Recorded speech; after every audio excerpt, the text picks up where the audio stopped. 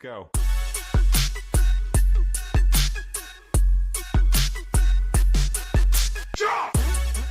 Hi, everyone. My name is Jennifer Conrad. I'm the editor-in-chief of Arizona Ascent magazine.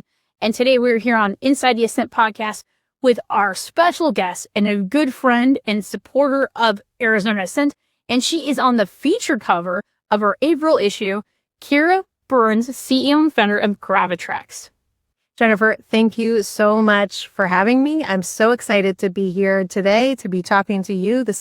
I'm sure this is going to be a lot of fun. No, it is going to be a lot of fun because it's like what you did, and we'll get into that, but like what you did for Arizona, and especially Kira won, and Gravitrex won the pitch to Tokyo, not Shark Tank, but you did win a Shark Tank, but yeah, but they won the pitch to Tokyo pitch competition, the Japan prize. Okay, yeah. And she is on the cover of our Arizona Ascent, our April issue that you need to go check out. So Kira, before we get into pitch to Tokyo, you and I know each other really well. And your story and your family, this is a family run company, right? It is. I mean, the core group of founders are family members. We have an interesting story. Yeah.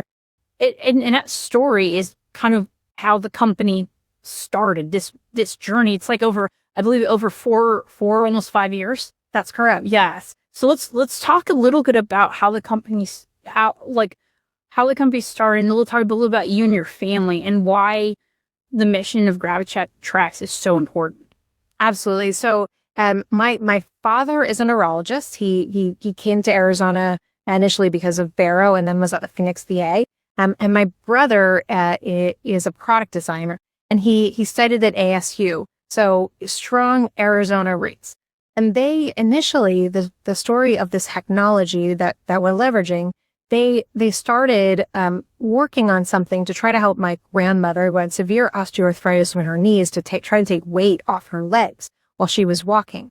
And then my father himself he was in Flagstaff. He was there for the day. And at the time they weren't leaving the house much because it was right post-COVID. Yeah. And he was in Flagstaff for the day, sitting in Chipotle, and an SUV crashes through the front of that Chipotle. So something you think will never happen to somebody you know. They said, they didn't know what was happening to them. They felt like they were in a movie. And luckily, no one was killed in that accident. It could have been a lot worse. But we watched him go through the painstaking process of regaining his ability to walk. And we saw that the current equipment just doesn't cut it. Yeah. And so, even though he was already working on this technology, that put it in a whole new perspective for him. Because he said he really never understood what it was like to be a patient and to be going through this until he had to go through it himself. And while it didn't happen firsthand directly to me, I can tell you that it meant a lot more once seeing somebody that I cared about going through something like this. Like I could really understand what kind of impact this would have. Yeah. I mean, it's really tough, especially with the current equipment out there, like the walkers, the crutches.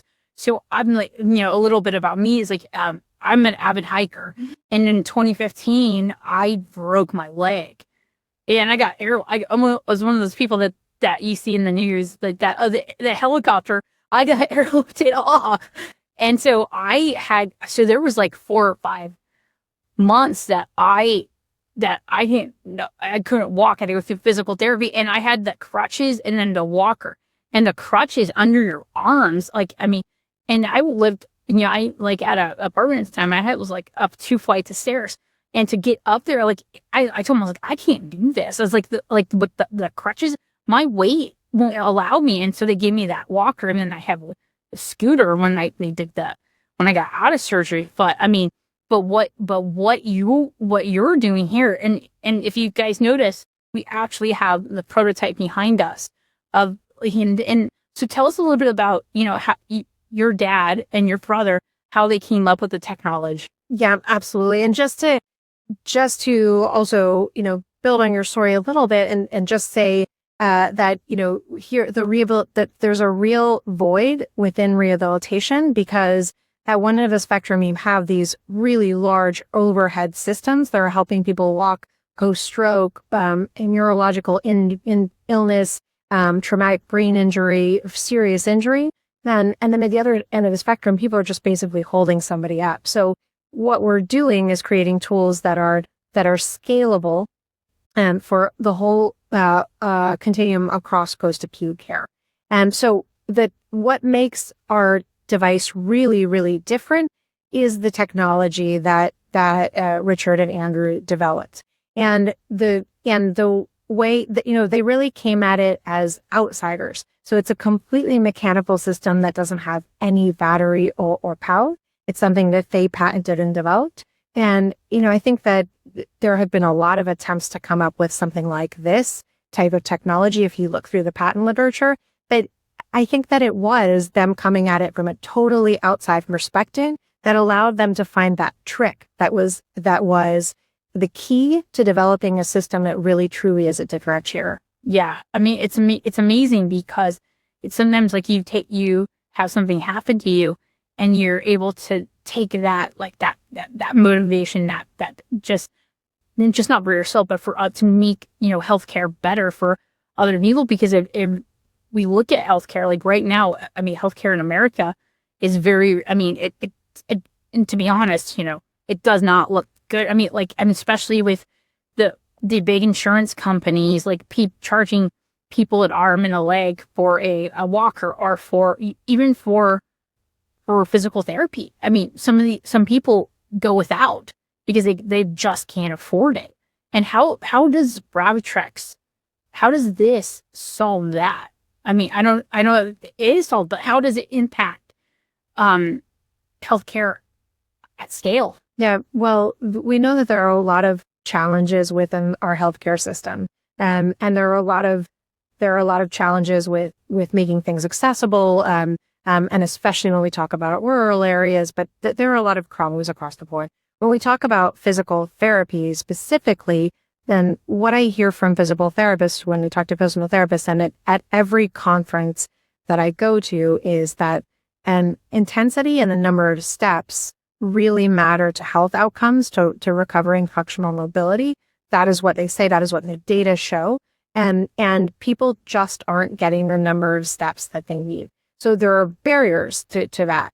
And one of the barriers that you mentioned, cost, may be the case in the sense that individuals after a certain point, insurance will no longer pay for it, even if they could benefit from additional steps. But there may be other barriers too. Distance may be a barrier. I mean, I saw with my dad, it's hard to get to physical therapy. You have to have somebody who can help you. And if you're not mobile and, help get you into the building, get you out of the house, it's really challenging.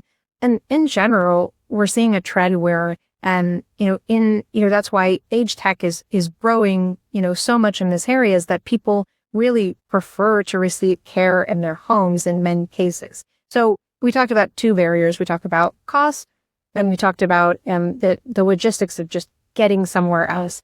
And how does Gravitrex help? Gravitrex is a recovery tool, a rehabilitation tool for gait training, where you can be unweighted, meaning part of the weight is taken off your feet, so it's easier, and you're able to get those steps safely. But because of the unique technology, it doesn't need a motor. It can be a smaller footprint, a smaller size, and it's more cost effective. So that means that eventually, now this device here was designed for in-clinic usage. However, our long-term vision is to be in the home, is to be a tool for recovering when people want to recover in the home and get those steps in safely. And so we've brought down the barrier in terms of cost, and it can be in facilities where they can't afford one of the types of, the $250,000 system that you have to install with the ceiling track and the harness that comes down. Those facilities can't afford that. And they can have a Gravitrex for those undercooked facilities. And then eventually, when patients will be brought to want to pursue their recovery in the home, eventually we'll have a product for the home as well. Yeah. I mean, it's amazing because it's like when I was trying to get to therapy and, you know, my mom came out and tried to help me for like a week and then tried to go back home. And then here was I, like, I had like when you get hurt or you're weak, like your body weight. I'm like, I had to get in out of the car by myself. I had to figure out ways. And it just like, it really knocked something out of me, especially with physical, they're just getting the physical therapy as an issue, but having something like this in the home, I mean, well, one, it's cost effective and you're able to really, you're able to like, you know, not like pay out of pocket to go to you get 1 hour of physical therapy at, you know, I think sometimes they charge between $70 and $80 a session, depending on where you go. You're killing two birds with one stone, and you're doing the safety of your house. Let's go.